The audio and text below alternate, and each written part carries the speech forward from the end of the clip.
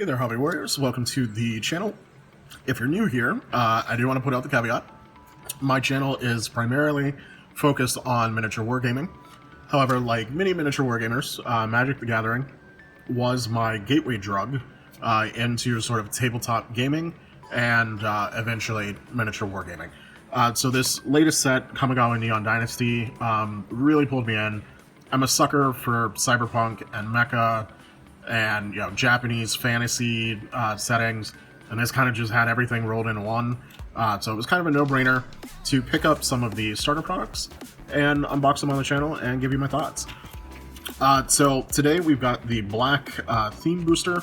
Now, back when I played Magic the Gathering more regularly than what I do right now, black and blue were my go-tos.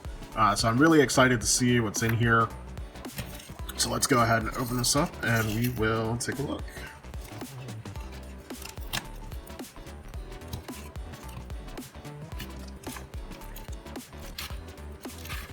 One thing I will say, now this is my third of these theme boxes that I've opened, and they are so much of a hassle to get open.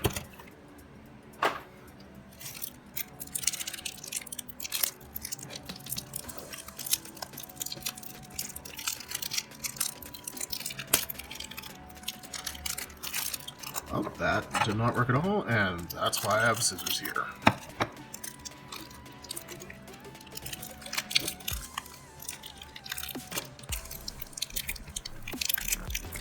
Oh my god.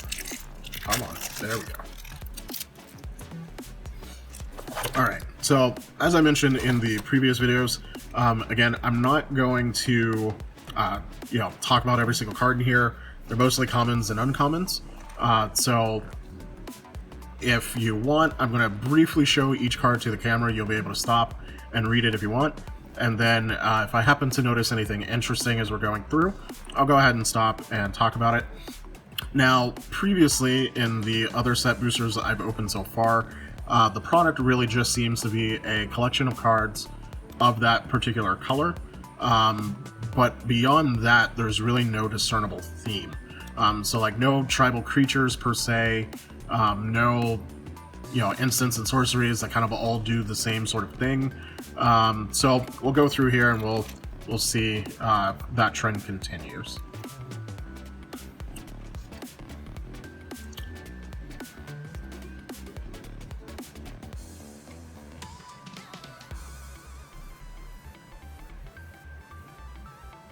So quite a few enchantments, and then an ogre ninja, and then a spirit.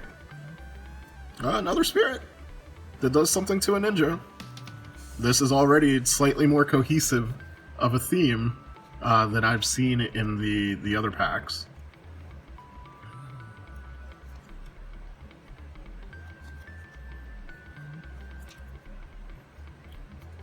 Another ninja.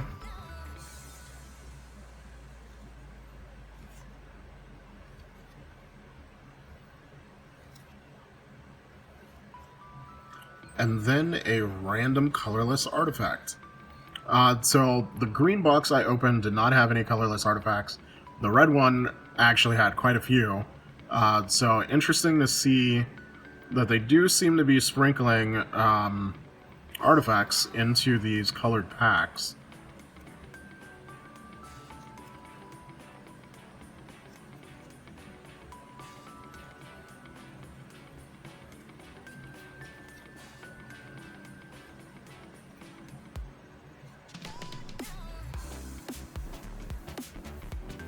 Interesting, a land.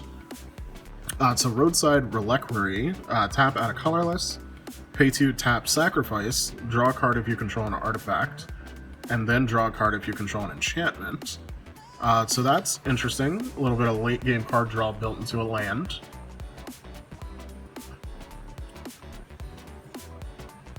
And then a Reckoner Bankbuster, so I really wanted one of these, and I didn't pull these out of my booster packs. I think it's hilarious that I got it in a black theme booster.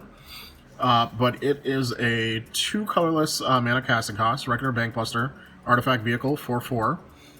Enters the battlefield with 3 charge counters on it.